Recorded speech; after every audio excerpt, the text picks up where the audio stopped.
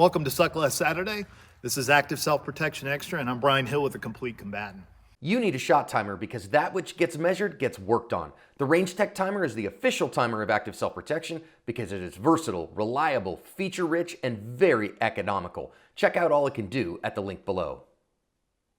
I wanted to talk to you as a lifelong coach, 4 decades of teaching people to do things martial. And you develop some habituations and good training practices. You also experience the 2 main culprits that stop us, injury and burnout.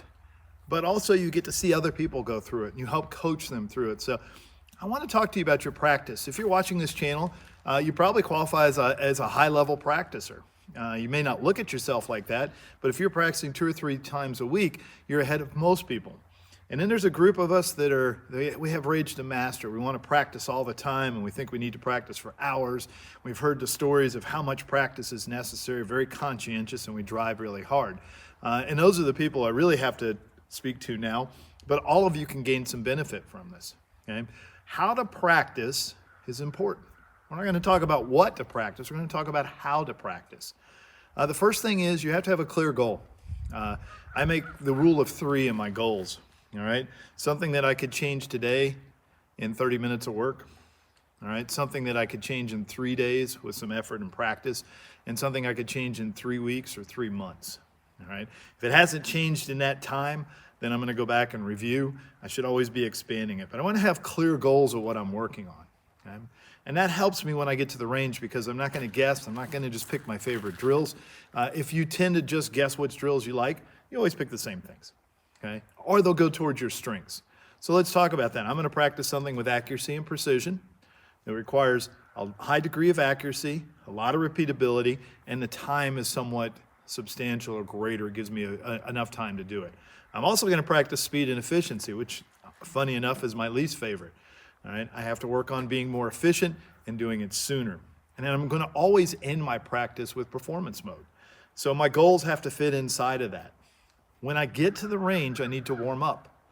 Now, this seems silly. I don't think this is a very high-level athletic event, but if you're going to demand that your body move as fast as it can and grip the gun as hard as it can and make a good stance, you owe it to not only your body and your mind, but your nervous system that connects and links them to warm up. For me, it's simple. I do some joint rotations. I make sure everything's moving well. You shouldn't stretch because that's the opposite of what we want to do right now. We want to warm up. So I've done things to loosen up my body, loosen up my mind, get my focus and my concentration on it.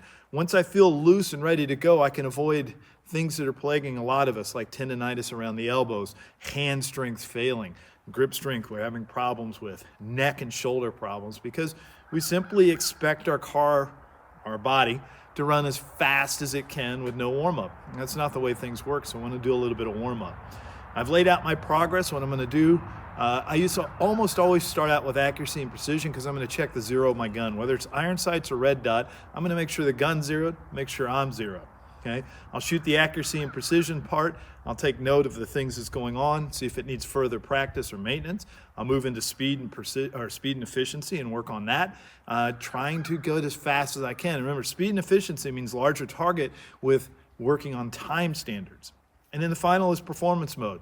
I'm going to pick a skill that lasts longer than 15 seconds for me to do, and I'm going to have multiple ways to approach it, multiple outcomes. I've done a couple of videos on this, so you guys can go back and check that. And then I will shoot through the drill only once. All right, I'm not trying to manage that. I'm trying to see what my current level of skill is. Now that I've gotten done with practice, there's still more to do, okay? And part of that is I need to take care of myself afterwards. You can see all my gear is laid out. Now listen, I travel the country teaching classes. All right, I'm on the road, I think 30 times this year.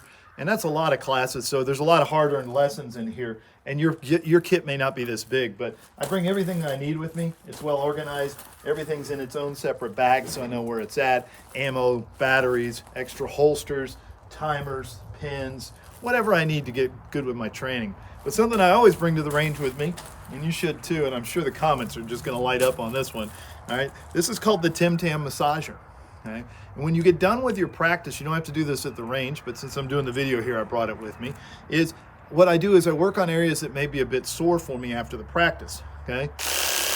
What it does, I work my hands, I work my elbows, You get the idea. Any place where I have a lot of tension in my body because I want to release it after practice. I also want to get some feedback to see how tense and sore I am.